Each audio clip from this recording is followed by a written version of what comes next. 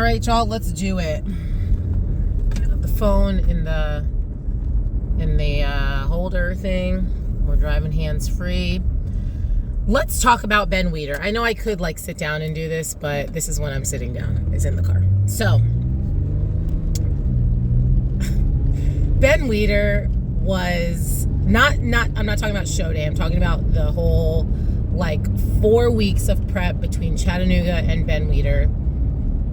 The whole thing was why it was a roller coaster, right? Like if you watch the series, you know that. One day, probably in the same episode, I'm like, I'm not doing it, I don't want to do it.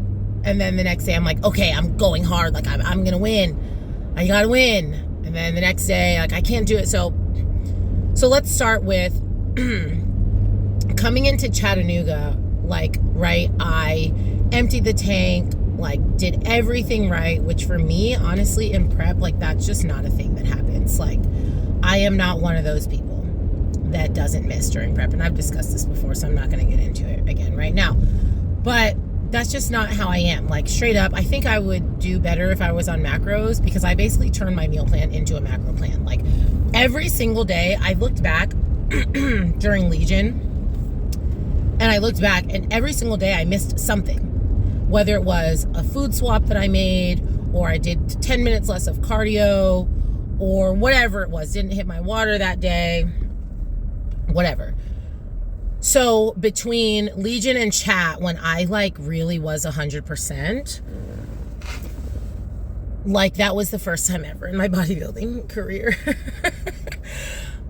So anyway, coming into Ben Weider, at some point between Ben Weider and the Olympia, so the first 2 weeks of that prep, I found out, / Taylor told me, that she was going to do Ben Weider because she wanted to get an early, 2024 qualification, right? She was already qualified for the Olympia. She hadn't done the Olympia yet, but she was like, Jody wants me to qualify for the 2024 Olympia early, so I'm going to do Ben Weider. And I was like, okay, so I'm not doing it. Like, I'm not doing it because I'm not going to win this show. Like, I already knew that I couldn't beat her. And as much as my hype squad, including Taylor, was like, anything can happen. Like, you have great skills. You have a great, whatever, all this stuff. I was just like, realistically, I'm not going to beat this girl. So why am I going to do this show if I know that I'm going to have to compete again in the summer to try to qualify? I'm not going to get my qualification at this show. I have no chance of getting my qualification at this show. That was my mentality. So then I was like, you know what? I'll give myself until the Olympia. Let me see how the Olympia goes. Like, let's see how she does at the Olympia. And then I will decide if I'm going to still try to compete, right? Well, fast forward, she gets second in the world. So I'm like, yeah, I'm definitely not doing it. Well, not that I'm definitely not doing it. I actually, at that point, was like, I'm definitely doing it because now she's qualified for next year's Olympia. And I straight up told her, don't do it. Sorry, you can't go to Ben Weider. I need to win. Now, she obviously, at that point, was like, yeah, I'm definitely not doing it. Like, I have no interest in doing an extra show. Like, I'm already qualified. I'm not doing it. So then I was like, okay. One, that has confirmed for me that I definitely can't beat her. Two, now she's not doing it, so okay, I'll do it. So leading up to the Olympia, it was still very hard for me to check in, but I was still like trying, right? Like I was still like, okay, try to stay on point, because like if she ends up like, I don't remember exactly like what my mindset was, but I just remember thinking like, just in case you decide to do the show, like try to still stay on point. But I emptied the tank hard on Chattanooga because it wasn't just following my diet, right? Like I understand that people do this all the time, like do what they're supposed to do, but it was the mental load of making sure that every single thing was on point. And then I was killing myself in the gym. We were only doing cardio and routine. I did those skills every single day. I was dying on cardio. Like the hardest cardio I've ever done in my life. So it was just like, after that, even though mentally I was like, okay, give yourself these 2 weeks until the Olympia to see how the Olympia goes before you decide to like throw in the towel for Ben Weider. Even though mentally I told myself to keep going, like physically, I was just like, I can't keep going. Like every single meal, every single task, everything was a chore. Fast forward, Taylor qualifies, and I'm like reignited. Okay, I can win Ben Weider. Taylor's not going. I can win. This is my show to win. This is my show to win. Especially because I knew who was going, and it was all people that I knew I could beat, right? Now, granted, I knew it wasn't going to be easy. I've talked about that. I knew that Michelle would be a fierce competitor, specifically in the physique round. I've never beaten Michelle in the physique round, I don't think. And I knew that Abby would be a fierce competitor in the routine round. I've never beaten Abby in the routine round. So I was just like, I don't know. I feel like the combination of the things that I excel at, I feel like I can still win this show. I still feel like I can win the show. But again, at that point, I was just like, I am struggling. I'm struggling. I was like, I'm not going to be, and this is where it went downhill for me, I think. Went further downhill, I should say. First, my mentality was, if you come in just peeled to the bone, Andrea, you could beat Michelle in the physique round. You're not going to get as muscular as her. It's not going to happen. But Michelle is muscular, and she comes in tight enough, but Michelle doesn't come in peeled. I think that I get in better condition than she does generally. So I was like, if you just come in insanely peeled, the muscularity discrepancy might not matter. But at that point, I had already kind of lost 2 weeks. Not that I was like flaking for those 2 weeks, but I was definitely struggling to like be 100%, right? So I'd already lost 2 weeks. So I'm like, now I only have 2 weeks to try to make up this gap. One of those weeks is peak week. So I really only have 1 week. And how much fat are you going to lose in 1 week? So that's where I got into my head. I'm like, well, you could have if you would have been working hard for the last 2 weeks, but now you only have 2 weeks and one of them is peak week. So what are you really going to do? I mean, you can try, but you're probably not going to do it. So then this is where it like completely plummeted. I was eating everything. And I said this in my vlog. Ruben wanted brownies. I made brownies and I ate them. Like, I didn't just eat one brownie. I ate a couple brownies. Or, like, at least I had a brownie and then, like, a bite of Reagan's that she didn't finish. Now, you're probably thinking, like, Andrea, why would you make brownies? I did it all the time. During prep, I always, like, made Ruben's Rice Krispie treats and, like, didn't eat them. Like, that's his pre-workout. Reagan, I like Rice Krispie treats. Oh, we know. It wasn't something that I really struggled with, right? In hindsight, I should have been like, dude, I don't have the mental fortitude to make brownies and not eat them. I'm not doing it. I can't do it. Sorry. You're gonna have to make your own brownies. 8 brownies. Would, again, continue making swaps that I decided were swaps. Just like I was not on my diet. I'll tell you that. I was not on my diet. I was like 5 pounds heavier after Chattanooga than I was coming into this show. And I'm looking at my side-by-sides of like peak week of Chattanooga and peak week of this show. And I'm just spinning out of control. I barely did any cardio. I worked my routine a lot. But honestly, you guys, I think I just was like, you're not going to beat Michelle in the physique round. Who cares? And of course, always in hindsight, I'm like, you lost by 1 point. If you would have done exactly what you said you were going to do, which is grind for the 4 weeks between Chattanooga and Ben Weider and come in even tighter and even more peeled, if you would have done that, maybe I wouldn't have won the physique round. Now, granted, we don't have the full score sheets for this show. They only posted the final breakdown, which I will post right there. We don't have the full breakdown. We just have the final scores. So I actually don't know. I have like my guess of what the scores were, but I actually don't know what the breakdown was between physique and routine. My guess, in my personal opinion of how we looked on stage, Michelle was a clear first place in the physique round, so I think that she won the physique with a 3. I don't think it was 4 to 5. I think it was 3 for her and 6 for me. Now, that being said, in order to get the final score, the numbers that I put into that spreadsheet, to my own spreadsheet, were basically that I beat her in routine by 1 point, or like by one ranking or whatever, which means during finals, 2 judges had me in first place and 1 judge had her in first place. And I'm like, damn, Andrea, if you would have just come in peeled, you only needed 1 judge to have you in a higher physique ranking. If she wouldn't have won the physique ranking unanimously, I could have still won. And I'm like, Andrea, you did that to yourself. You literally sabotaged yourself out of that win. So here we are. I think that was my show to win, and I lost. I lost it because I couldn't get my shit together during prep. And you know, I'm honestly not as upset as I thought I would be. I remember posting on my Instagram story, like, I haven't decided if I'm gonna cry yet. I never cried.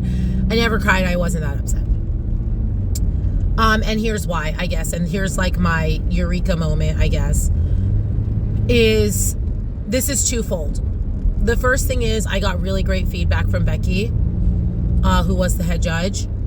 Becky basically was like, I trained 6 camps today. I really don't need to be talking on this video because I'm already losing my voice, but whatever.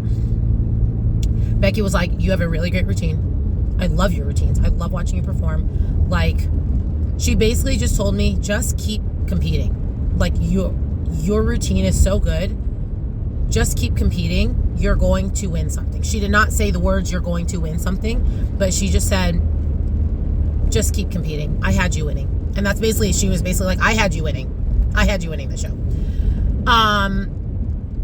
And so for me, that was really great feedback of like, your routine, you have a high enough caliber routine that you can go win something. Obviously, I sabotage myself with my physique, and I obviously have my physique feedback, which is get some more width in my lats. And she didn't say this to me, but I also just need more density in my back in general. So like, if I bring up my physique and I just keep doing what I'm doing with my routine and just keep getting better as I get better, I don't feel like what am I trying to say? I feel like I can win something else. And this is truly no shade to Michelle, because I adore Michelle and I'm so happy to see her win. And I've posted about that on Instagram. I was like gutted when she didn't qualify last year. She missed that qualification in points by 1 point because I'm at a red light, baby. Why'd we stop? I'm at a red light. I was gutted that she didn't get that qualification. So I was like, I just know she's going to qualify next year. So to see her qualified, like, I'm so happy. And that's probably another reason why I wasn't like as heartbroken for myself. I feel like the chances of me going on to win another show are higher. Only because, you know, she excels more in the physique. I excel more in the routine. And the routine is really the dictator. So I'm like, out of the two of us, the person who excels more in the routine has a higher likelihood to go on and win another show. So I'm like, you know what? It is what it is. And for me, this was a lesson, right? There's always a lesson. We don't fail. We only learn. And I've known this, but like me, I needed to learn this lesson again, apparently. I have a lot of natural talent for fitness, right? I've been in cheerleading, power tumbling, gymnastics, these things my whole life. I have a natural talent for this. I also have good genetics. For someone who's natural, I tend to come in more peeled than most of the natural girls. Besides Karina. Karina comes in nasty peeled. Like, she has good genetics. But genetically, I can get lean. I never suffer enough to get really lean. But that's the thing. Genetically, I can get lean without like really trying my hardest. And genetically, I have a small waist. And so, and all that to say is I never really had to just empty the tank to do well as I wanted to do, right? I won a show, went to the Olympia, and I got 4th at Legion. I got 3rd in Chattanooga, which I'm still just on top of the world about that. Like, and then I got 2nd only by 1 point at Ben Weider. And so I'm like, Andrea, you lost this show because 1, you got inside of your head, and 2, you didn't give it your best. I needed, I think, the reality check, but also the affirmation that, like, I can be really good. I can be as good as I think Allison is. But that's the affirmation. I can be as good as I think Allison is. The reality check is I have to work for it. I have to work for it. Right? And I know you're all thinking like, well, no shit, Andrea, of course you have to work for it. But honestly, some people just don't have to work as hard. Like, and I'm not saying that, again, to be like shady or whatever, but like, that's just how my life has been. I never had to work hard in school to get good grades. I didn't have to work very hard in cheerleading to be good at cheerleading. Like, and now in IFBB Pro Fitness, even my career so far, I turned pro on my first try. Like, I won a pro show in my first season. Like, I've worked hard. Don't get me wrong. I'm not lazy. I work hard, but I haven't had to die in order to do as well as I have done. And so now it's like, hey, Andrea, you're good, but you're not good enough to not work. And now you have to decide if you want this or not. And so now I'm like, let's go. Like, 2024, I'm winning something. Period. I'm not going to let what happened to me at Ben Weider happen again. I'm not going to let myself lose a show. If I get beat, if I show up to a bunch of shows with Sarah, and I don't know, Sarah's the only one I can think of right now. Just people that are just like, no matter how hard I work, I'm probably not going to beat them this season, right? Like, I need more time to beat these people. That's one thing. If I give it my all and get beat by these high level competitors, then whatever. But I also just feel like if I give it my all, I can be a high level competitor. So I need to see that from myself next year. So that's what I know. Taylor said, like, next season is her prove it season. Like, she's proving that she deserves these high, like, 2nd in the world rankings, like winning these shows. She deserves that. For me, I feel like I'm in a prove it season, but to myself, Andrea, you need to prove to yourself that you can commit to this and you can do it. So yeah, I'm at work. Thank you for watching, you guys. Thank you for watching this series. We got Prep 2024 coming down the pipeline. I don't really know what I'm going to do next. But I'm not sharing it on Instagram. I'll tell you that. If you want to know what I'm doing next year, it's going to be exclusive to YouTube. I'm not even going to post on Instagram, hey, a new YouTube video is up. Like, exclusive to YouTube, because we're going to work in silence, but I don't like to work in silence. So I'm going to work in, like, only YouTube. Anyway, at work, gotta go. Thank you guys so much for watching. We'll see you in 2024.